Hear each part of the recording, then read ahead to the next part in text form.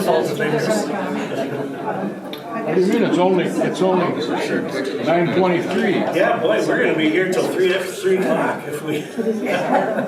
Brings new meaning to that, what I told you. No, the book starts on the 12th. Everybody have a handout in front of them?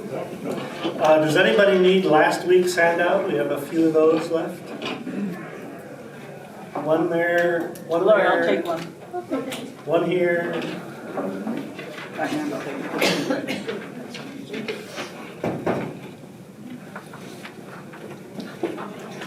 The handout for today, I don't know how far we're gonna get on that.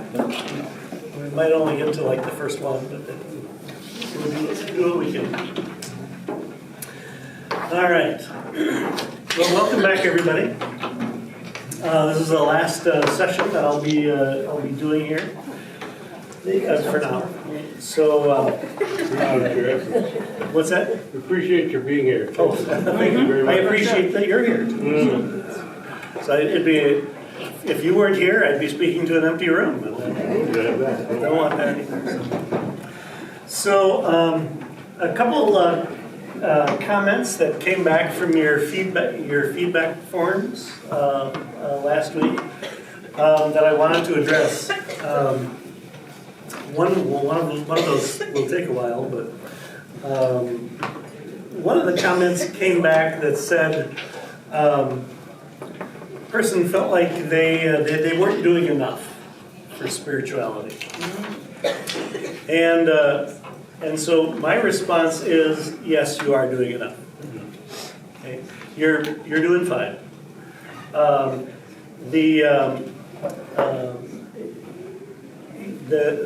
If you want to do, there's always time for more stuff that you can cram into your already busy lives. And if you want to, fine, but you don't.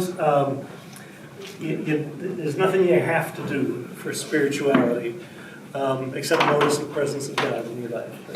That's the only thing to connect to spirituality. The problem with thinking I'm not doing enough is that fear and that kind of insecurity can take our joy, and it can take our hope away. So I think it's important to kind of let those feelings go, that I'm not doing enough, or I'm not doing it right, or whatever. Another thing that a couple of people said is it's difficult to have time for spirituality.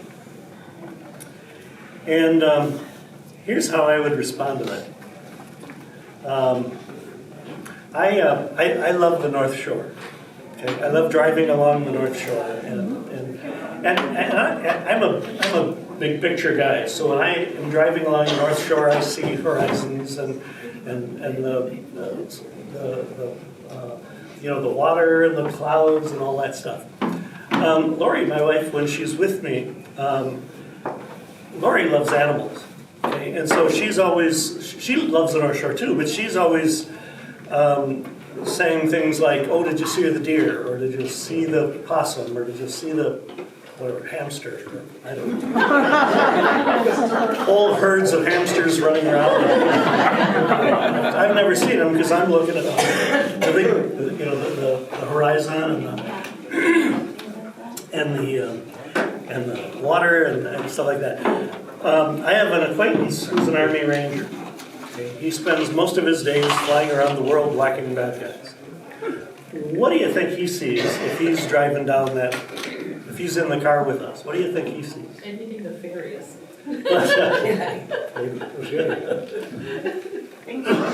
Every little minute detail. Okay. More specifically, Why isn't somebody out there drowning? well, yeah. More specifically, he's going to see places where snipers can hide, right? And places to go that he can run for cover if a sniper starts hitting. So if the three of us are in the same car, I'm seeing cloud formations and horizons. Lori is seeing animals, and my Army Ranger friend is seeing places to hide. Okay, now, I'm gonna ask you a question. This is a trick question, so don't ask. If we're all blindfolded, and the three of us in the car, and, well, somebody else is driving. Three of us are all blindfolded, and we take our blindfolds off at the same time. Which one of the three of us sees what we see first? Trick question, don't answer. The answer is you see everything at the same time, right? I see what I see immediately, Lori sees what she sees immediately, and my Army Ranger friend sees what he sees immediately, right?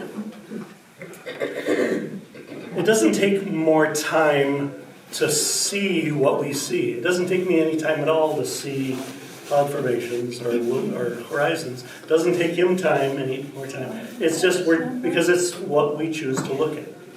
Right? Same way with spirituality. It's nothing you have to work hard to see. It's just what you decide to look at. Spirituality isn't a way of doing stuff. It's a way of seeing. Okay? Just like Lori sees the animals, and my friend sees places where the sniper's gonna. It's just what you look at. And so I think that's what spirituality is. You don't have to do stuff. You just have to look. And granted, if you're not familiar with looking for the presence of God in your life, it might take some time to learn that skill. But it's simply what you choose to look at. Does that make sense? Absolutely. Questions or comments? Insults? The spirituality is a state of being, isn't it? Yeah, I would say when we're doing spirituality, if that's a thing, Yeah. we're seeing. We're seeing the presence of God in our life. We're seeing how God works in our life. We're seeing the presence of God in whatever is coming at us and whatever things are part of our lives. So. I know we're using seeing, right, a lot. Does that kind of move beyond even just what we see with our eyes, as far as maybe even talking about like what we feel? Yeah, I think it probably does. Yeah. And a lot of people will feel more deeply than others, and some people don't feel much just because of our personalities and how we're set up. But yeah, if feeling is better for you, then I think that's great. Make sense? So, okay, here's a new thing. A couple of you on the feedback, well, a lot of you on the feedback said you wanted more information about devotional practices. And a few of you asked, is there a way to connect that to different ways of being spiritual? So I fussed about that this week. And I came up with something that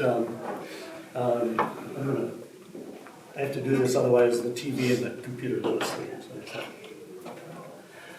So I've got a handout I'm going to give you in a second, or I will give you in a second. But I want to put a couple things up here on the board first. So here's a spectrum line with two kinds of people. Okay, people who are. We have to remember which one I put there. The people up here are what we call being, and people down here are what we call doing. So in spirituality, some people like to do stuff. That might be feeding the hungry, that might be working at a food shelf, that might be doing something, but these people like to do stuff. Okay? Being people like to just their view of spirituality is I like to sit. I like to do stuff. I like to be stuff. Maybe prayer, maybe Bible reading, maybe meditation, whatever. So more passive? More, I don't like to use the words active and passive because passive sounds bad. Yeah. But yeah, this is kind of active down here, and this is kind of Contemplative. contemplative. Who said that? I did. Yeah. So up here is being contemplative. Did you look at my notes? I did not. I'm shocked with myself right now, actually.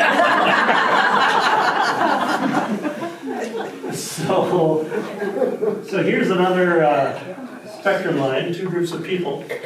I'm sure I put them on the right things. So on this side is individual. So on this side, the person, the people over here, they kind of like doing stuff by themselves. Okay, they want to engage with spirituality on their own, and they don't really need anybody else to help them be spiritual. They're good at being spiritual themselves. So these people like to spend a lot of time by themselves, and you know, I'm an introvert, and we need to be alone to kind of get our resources back up and get our energy back up. And for the 75% of you who are extroverts, that's really weird, but you gotta trust it. Trust it. Over here is, what do I call it? Community. So these people over here, I'm going to give you a handout on this so you don't have to write it if you want to. Over here is the community. So these people want to engage in spirituality through their community, whether it's their church or their actual community out there outside the church buildings, whatever. These people are more focused on doing stuff with people, whereas these people they kind of like to engage with spirituality on their own. Make sense so far? Mm-hmm. So that gives us 4 quadrants. The first one is what we could call quiet contemplative.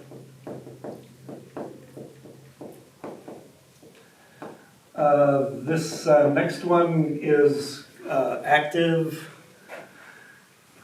quiet practical.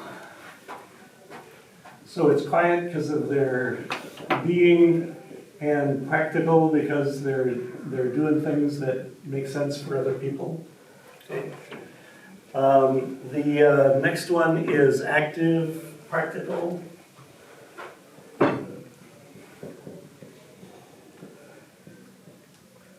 And the next one is, what do we have, quiet practical? Active contemplative. Active contemplative. Is there such a thing? Active contemplative, thank you. Well, you're thinking about it while you're doing it, I guess, right? Not just sitting here.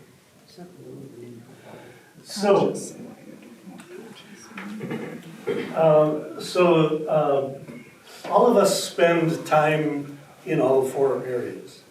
But we kind of usually, most of us, find our home in one that we always go back to. In my 40 years, I've been 40 years of ministry. I've been in all these areas, some for a long time, you know.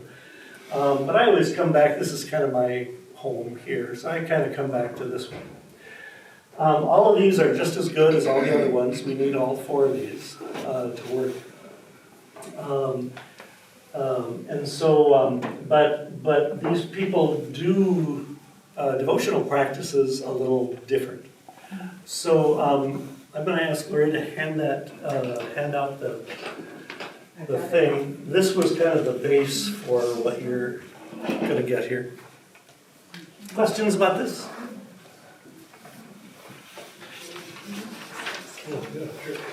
So what I've done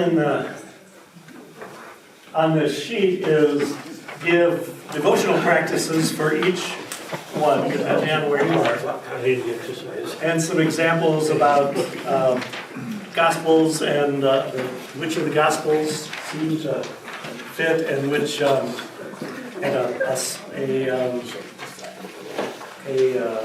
saint Could I have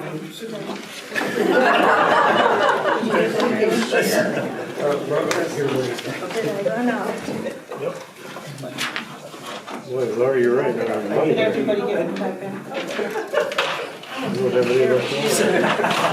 Did I get it? Okay, so everybody got one? So let's start here in quiet contemplative. I listed some of well, first of all, these are, quiet contemplative is, these people like doing stuff alone. If there's a spiritual discipline to do alone, these people are doing it here. Okay. The prayer, meditation, Bible reading, kind of the introvert stuff is this, and like I say, everybody needs this now and then. Doing these activities, but some people find their home here. I listed some potential spiritual disciplines: contemplative prayer, lectio divina, and examine our medieval. I thought we locked that thing. We had a good excuse. I can think of it. Lectio divina and examine our medieval practices that have been used for the centuries. Lectio divina is kind of slow prayer, which is kind of fun. Gratitude and thanksgiving, unplugging music, Sabbath rest, etc. I think the Gospel of John really embodies this one, because the Gospel of John is really different than the other Gospels. The Gospel of John is almost an interpretation of Jesus' life rather than just telling us what he did. It's very deep, and so these are the deep thinkers kind of here, like the Gospel of John. Kind of an exemplar of the quiet contemplative is Saint Teresa of Avila. She was a Spanish mystic, did contemplative prayer like no one else had ever done, just enormous amounts of it. During her contemplative prayer, she saw a lot of visions, wrote them down. She even came up with, she wrote several books. She even came up with steps to spirituality, which I'm not wild about, but a lot of people have liked it through the centuries. So she was a contemporary of Martin Luther, and Martin Luther was real influenced by the mystics. So, does this one make sense? Yeah. Questions? Yeah. So, just out of curiosity, would reading the Gospel of John help you understand this? Oh, it might. Yeah. Okay. Yeah. Gospel of John. If you ever read the Gospel of John, it's like he'll say what Jesus said, and then he'll go off and say some more stuff, and you don't know, is this Jesus talking or is this John explaining what Jesus was talking about? And so it's kind of a fun read. So quite practical. I put down some disciplines there: group prayer, group Bible study, liturgy, spiritual direction, storytelling, contemplative worship with others, fellowship, intergenerational faith formation, teaching. So these tend toward activities that are useful for others, but usually within their own community, usually within their own church. They want to contribute to the church. They want to contribute to their faith tradition. The Gospel of Matthew, I think, is a good example of this. The Gospel of Matthew is constantly quoting the Old Testament more than any other Gospel, because he's writing to a Jewish audience, and he's trying to say Jesus makes sense if you look at the Old Testament and you kind of follow the Old Testament. This is what Jesus makes sense as the Messiah if you know your Old Testament. He's constantly he's talking about the faith tradition, and he wants to Matthew wants you to follow the faith tradition of the Old Testament right to Jesus. I put down there Julian of Norwich, who was an exemplar of this. She was an English mystic, and she was she volunteered to be put in a sealed off apartment space for her life. And that was common among nuns in those days. Basically it was a little 2-bedroom or 1-bedroom apartment, I don't know. That was next to the church, and then they walled up the door. So she was there for good. And there was a window there that people could bring food, and what they thought of her in the church is she was a member of the staff. She was a member because she prayed for the people who needed prayer in the church, and what kept happening too is there was literally a constant line of people coming up to the window to talk to her because they wanted her insights and her wisdom, or just for her to pray with you or whatever. But she had this.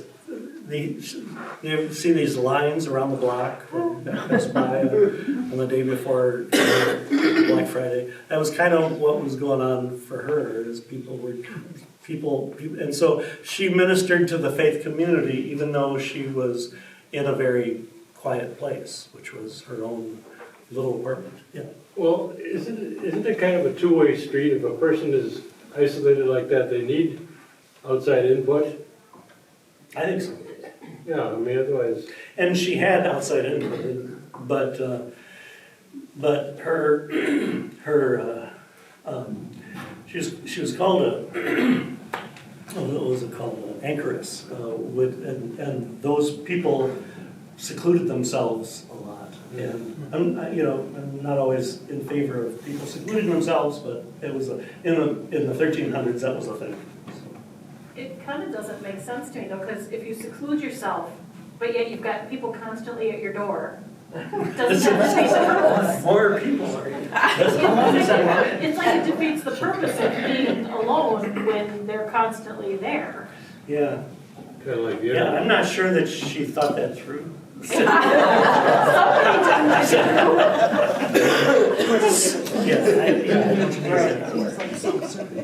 Other questions, comments? At the lower right there, we have active practical, and those are people who really want to do activities that get them outside the church building. They don't want to do these four walls. They want to be out there somewhere. They want to volunteer in their community, or food shelf, or save the whales, or do climate change advocacy, or anything that's practical and useful is stuff they like. Gospel of Mark is, I think, an exemplar of this. The Gospel of Mark is the fastest gospel. He's always saying immediately, and immediately this happened. And then he tells the story of what happened, and then immediately Jesus did this. And it's like one thing after another. It's almost like he's writing so fast, he just wants to get this gospel done so he can go out and do stuff, And that's the Gospel of Mark. Kind of and it's very practical. It's not like John that does interpretations. He's just very, very practical and down to earth. Kind of an exemplar of this is put down Father Damien of Molokai. Has anybody heard of him before? The lepers. Yeah. Pardon? Lepers. Yeah, he was in 1865. He was a father. He went to work. I should say he's a priest. He went to work with the lepers, and there was a colony in Hawaii, which was kind of the last leper colony. And in those days, leprosy was very often fatal because they didn't have antibiotics yet. And so he went voluntarily to go and minister to this community. And he not only led worship and gave last rites and taught, but he also, he did everything. He built coffins, he dug graves, he built a school, he built a small reservoir, with the help from the people. He was always a thorn in the side of the government to try to get more resources for the people. He ate with them, he cooked with them, shared utensils with them, shared pipes with them. About 24 years after he was there, he contracted leprosy and eventually died. So that's active practical. They want to minister, but to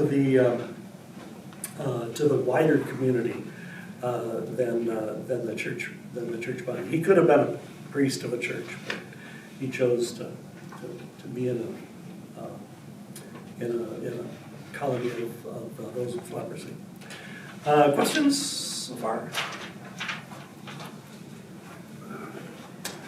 The final one, active contemplative.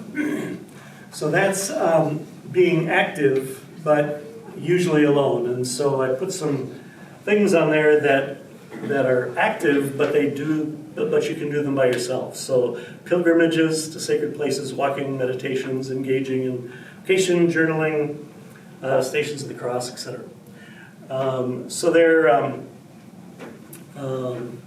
So they're active, but they're contemplative.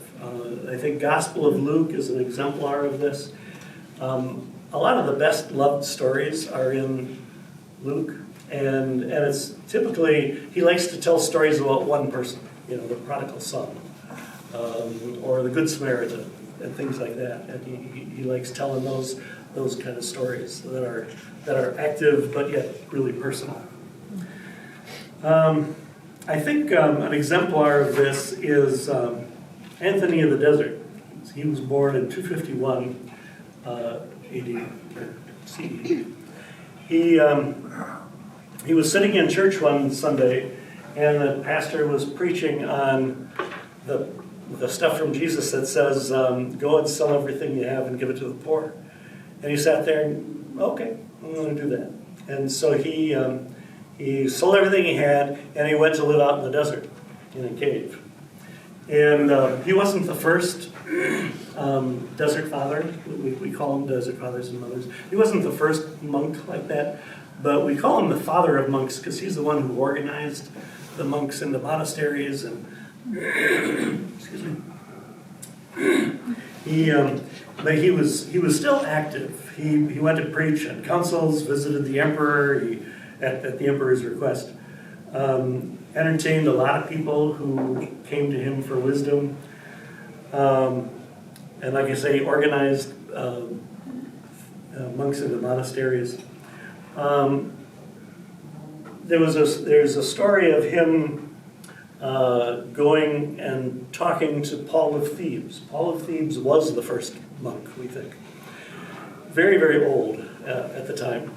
And Anthony talked to him for over a day about spirituality and stuff, and then at the end of the day, Paul of Thebes died, and Anthony was trying to dig a grave for him, but the ground was too hard, and so legend says the two lions came and helped him dig the grave, and those kind of stories were really common in those days, because it was like all of the world is getting put back, all of nature is being put back together, just like the Garden of Eden, with people like, Saint Anthony.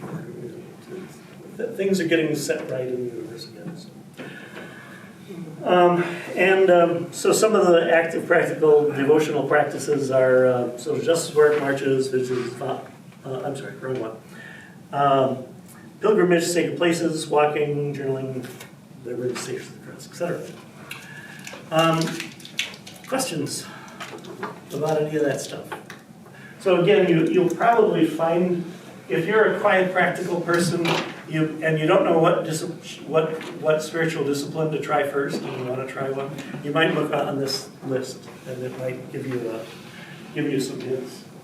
like I said last week, spiritual disciplines are great if you find the right one. If you find the wrong one, it won't. It just won't.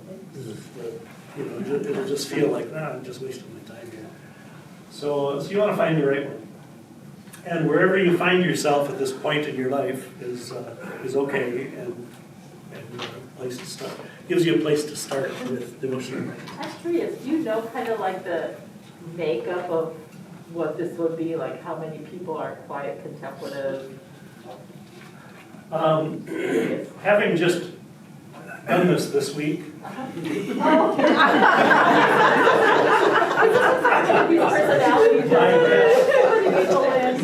my guess would be about 25% here, about 75% here, and kind of the same thing here. Maybe 60%, 40%. Isn't that 200%? You came late and then you Sorry. Hey, that's right. He said we could do that. Yeah. Give me 100% more. Jim, don't people pass through all of these? I think they probably pass through either all of them or most of them at different points in their life. I mean, so it's hard to put a percentage Yeah. because, I think there's people will have a home base most of the time. yeah. And so just thinking about a home base, there might be a percentage, but that's your Lord first. I was thinking, I'm kind of like if a shape of a kite in there. Yeah. Because at one point in my life, I was more active, practical. And so there was a chunk of me there. But I think I'm a shape of a kite, and that my kite changes, it changes the shape, so. So you might be a lot of here and like the, everybody will look like a broken kite. Picasso's. What did you say, I Chuck? was going to say, along this line, the kind of people involved in these areas might be generational. This, from work on cult committees and hearing from leaders in the church, they would say the younger generation, the newbies, I don't know what generation they are, but the younger people tend to be more active. We heard of a church who changed their Sunday morning schedule so that they would gather in the church for a half hour, only a half hour, and then run out and do a project. Yeah, good. So That's a real good point. What we'd see more older people up here who are interested in kind of maintaining the faith tradition, and you see more younger people down in this one. They want to do stuff. The younger people are much more interested in volunteering than any other age group. And it's because they want to do something to improve the world. So, good. Nice thought. Anybody else? Question? When I was younger, I had energy. Yeah, energy might have something to do with where you sit too. So. Okay. Well, good. I hope that's helpful.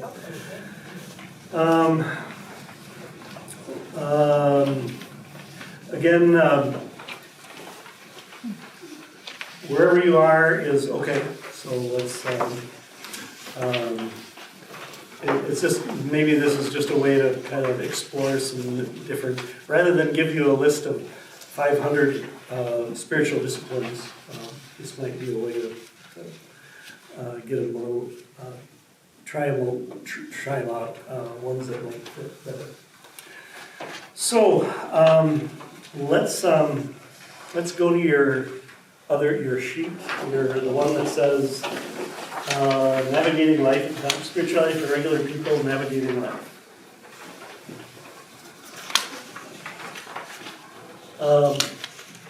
We probably won't get to all of this today, but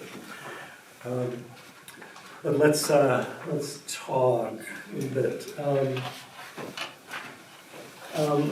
As you've lived your years, how has faith helped you deal with life? Either in the good times or the rotten times or the mundane times?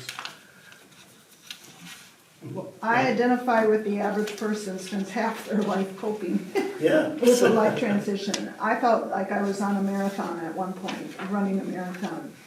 And then it would ground me to rest. My faith helped me rest Sure. and see an end maybe to the crap. Yeah, yeah. And then learn maybe to focus on a few things rather than being overwhelmed. Good.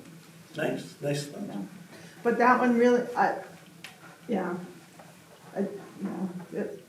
swear there's marathons, emotional, but I also, but I also think the well gets empty because you're tapping it so much. Right. So I would like to see something where you can refuel. Yeah.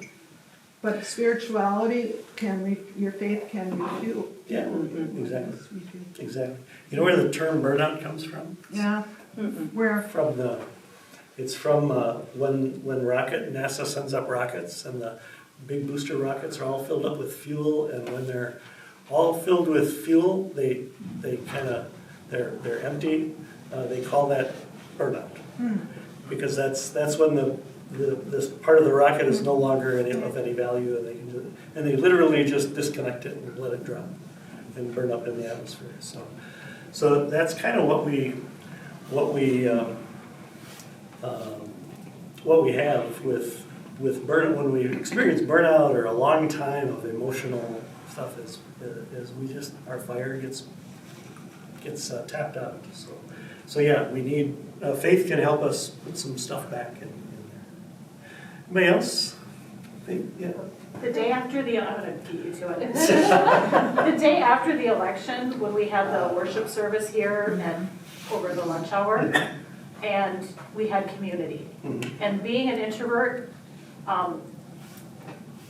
it surprised me how much I needed community that day. Yeah. And I would not have made it past that day without the members here. Good. Yeah, good.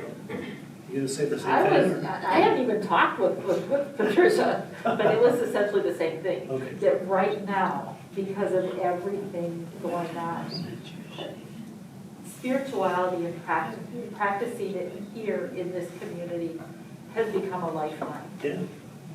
Yeah, and when it feels like, the whole world's on fire, you need something to ground you, and that's and faith can be one of those things that ground you. Yeah. Okay. When I was in rehab, recovering, getting cards, getting phone calls, was just amazing. Okay. So that was your life. That was kind of your lifeline, is all those cards and People visiting. visits. Good. Nice. Yeah. After the election, my wife and I had quite a few friends from Jamaica that we've known over the years, and they called and wanted to know, are you okay? Oh, that's great. Are you and Kathy okay? And then said, if you need a place to go, you know where to come. Can we all go? Next week we'll meet That's right. And it was their house that they offered. Awesome. One of our friends offered their house, and they said that over the years, and we thought they were teasing, but they said over the years, they were building a second level on their home. And they told us, they said, when you come to Jamaica, as you always do every year, you will be able to stay here. Nice. And we'll want you here. Good. And so that was that really helped to get through things. And of course my daughter was a big help too. Yeah. Good. So, we need help with our lives along the way. Apparently, even to stand next to a railing is hard for some people. Going over there. I always thought this might be a good personality test. Are you the person who's thinking they should help, or the person who's staring blankly, or the person who's What's going over there? How long did you spend getting that picture printed?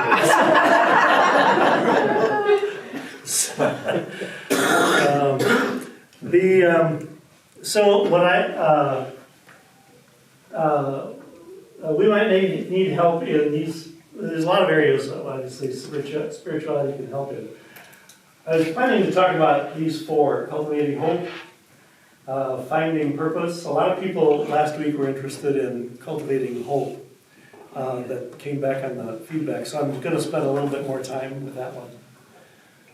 Finding purpose. Generally, if you have these two things in your life, hope and purpose, you're probably going to be okay.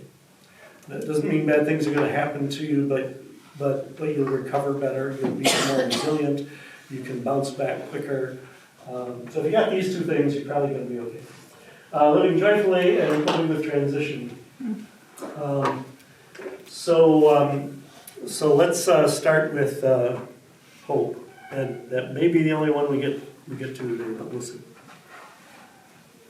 So, before I say that, hope is the ability to get around obstacles.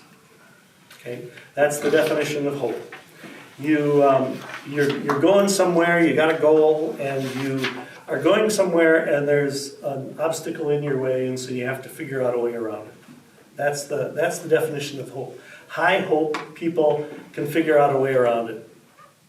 Low hope people can't. They get stuck and they stop moving. But just to be clear about what hope is and isn't, hope is not. Let's start on the bottom here. Optimism. Hope and optimism are two different things. So a lot of times we say, I bought a lottery ticket, and I'm just going to sit home and I hope I win. That's not hope. That's optimism. Optimism is you think something good is going to happen even though you aren't contributing to it.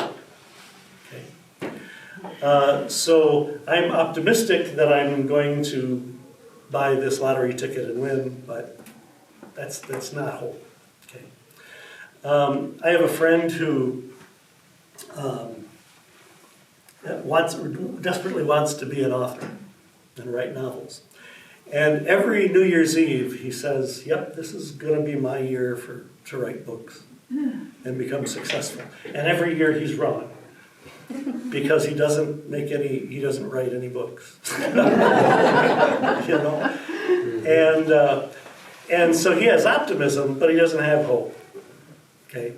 And optimism is I think something is going to happen. And that just means I'm hoping something happens even though I'm not going to do anything about it. Okay, that's optimism. And optimism will work for you for a while until you hit an obstacle. And then you get stuck. So, does that make sense? Mm-hmm. Yeah. Faith is the assurance of things hoped for. Okay, so it's believing in something that you can't see. So you need hope for faith. But they're two different things. You know, they're not the same thing. Hope and faith are two different things. Positivity is just being happy all the time, okay? Which is great, but that's not hope. Okay, it has nothing to do with hope. Okay on these? Mm-hmm. Questions?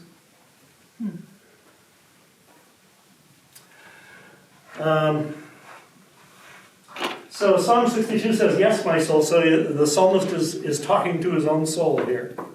Yes, my soul, find rest in God. My hope comes from Him. Anybody can have a lot of hope, but from Christians, as Christians, we can believe that it comes from God, that we can get our hope from God. And that helps us rest when we're tired or burned out or can't go any further or the lifeline is too thin. That can give us a lot of hope. So hope is the ability to get around obstacles. So you might have a goal. So it might be something, it might be short-term, like, oh, I gotta get lunch here pretty soon. Or it might be long-term, like, I gotta finish my university degree or whatever. But it's a goal, and you have and it's a recognition that you have responsibility for it, and that you're gonna get around any obstacles that happen. And here's the thing. Obstacles will happen every single time. Every time you have a goal, something is going to get in the way. And so high hope people, that doesn't bother them. They figure out a different way around the obstacle.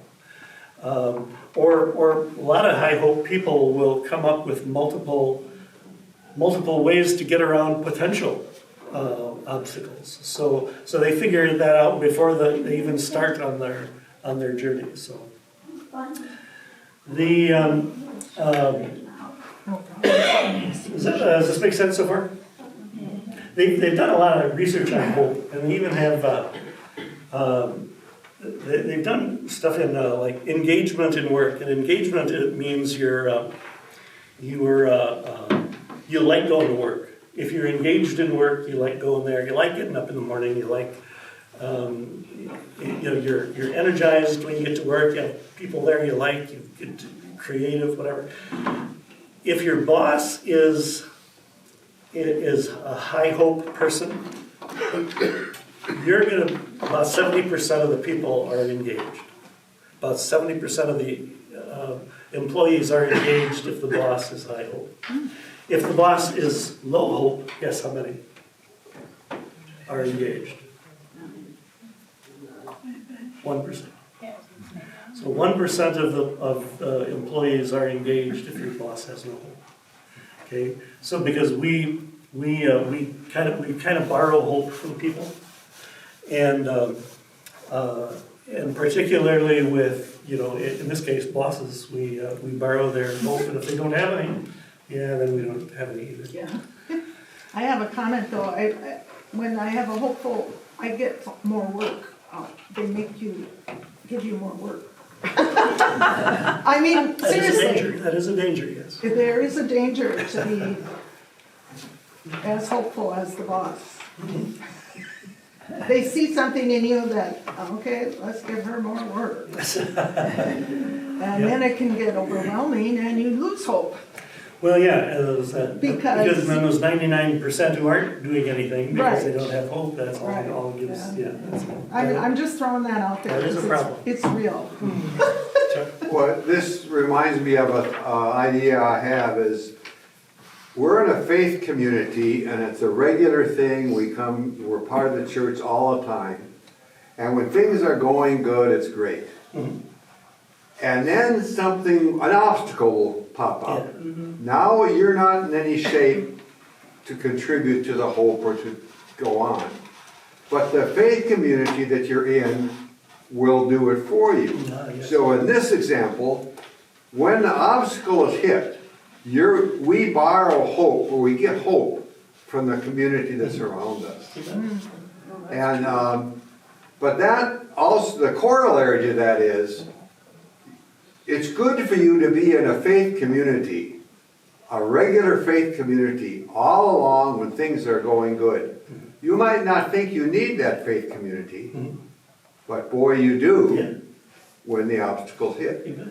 So a number of people here, I know, have children who are not part of a faith community. Mm-hmm. And that's, in our view, it's sad because mm-hmm. when the obstacles hit them, they're not going to have the same reservoir of hope. Now they will have, because they have families, friends, so they're not devoid of it, but they're missing something. Well, yeah, they're missing one aspect of resources. Yeah, and so they don't have the full repertoire of resources that faith communities can give us. Good, nice thoughts. Okay, so far? Definition of hope is okay.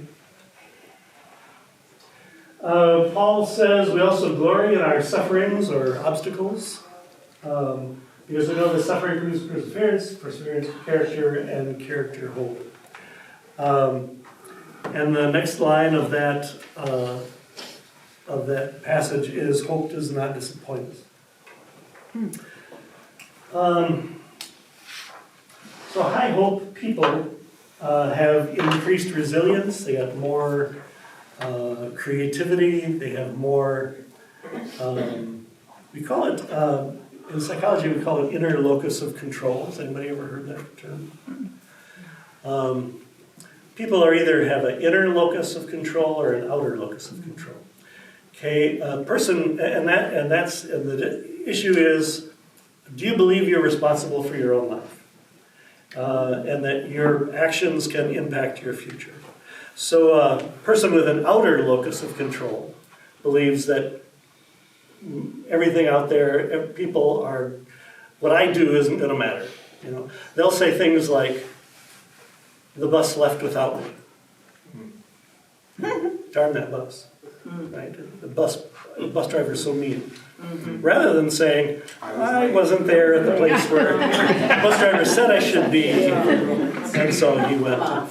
Or oh, the bank took my car away. Rather than saying, yeah, I couldn't make the payments, so the bank took their car and gave it to somebody who would make payments. A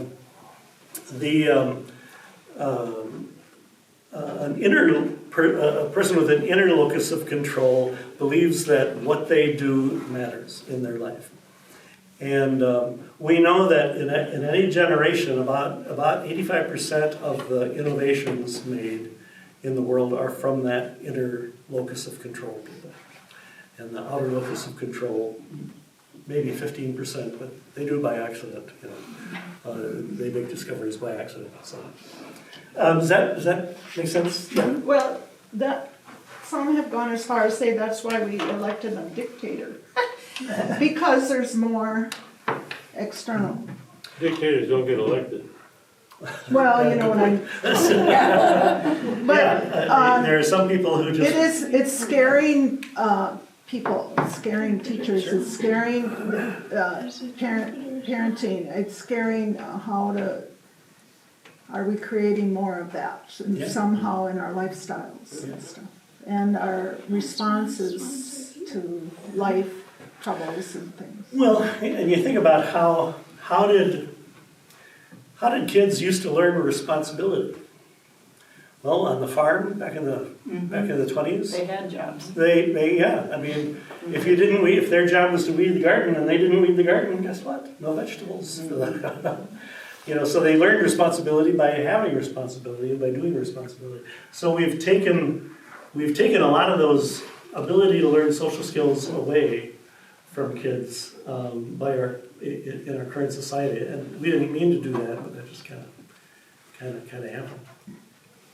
We replaced it with entitlement. Oh yeah, and so therefore we get a lot of We it. replaced social skills with entitlement. Yeah. Very hard. Lori, I'm going to tell a story about you. Oh, no. We already know, Lord. Lori has a job of supervising student teachers from a university, and so they go in and do their student teaching practicums, and Lori has to supervise that process. And just had a girl who it's a requirement to to write a lesson plan. Well, she didn't have time to write a lesson plan. It's a requirement to prepare for classes. Well, she just didn't have time to prepare classes. And she badmouthed every other teachers to the other teachers in the building as a student teacher. And then she complains because people are mean to her, and she had to go away from the school. And her parting words were, "Everybody is mean to me."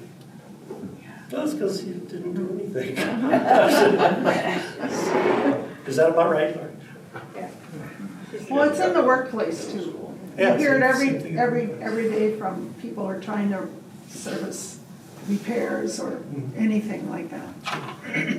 It kind of reminds me of like a fixed versus growth mindset. Oh, very good. Oh, say that louder. So a fixed mindset versus a growth mindset. Oh, So a fixed mindset is, this is the way that I am and I cannot change. A growth mindset says, this is the way that things currently are. Are there things that I can do to improve or change that kind of behavior? So I feel like that's kind of. Are you in education? No, I just read a lot. Oh. So it's interesting you brought up engagement at companies though, because I am part of my company's engagement. So. No, we should talk sometime. So yeah, there are some people who think this is just the way I am. And what's interesting is they've done research with teachers who believe kids are just born with whatever IQ they have and they can't do anything. Research on those teachers versus teachers who believe kids can grow and learn and expand and guess what? Are more successful. These kids are unsuccessful. They drop between a grade and a grade and a half every year. These kids over here do better every year and do better. So yeah, so good, nice thought. So those teachers shouldn't be teachers. Those should not be teachers. I was thrilled when Lori said that she was not going to be a student teacher anymore. good. Because I don't want her around kids. Yeah. So, People don't realize how much power teachers have. yeah. Powers Oh, to right. improve and help with growth and powers to destroy. Yeah, exactly. Good, nice. Yeah.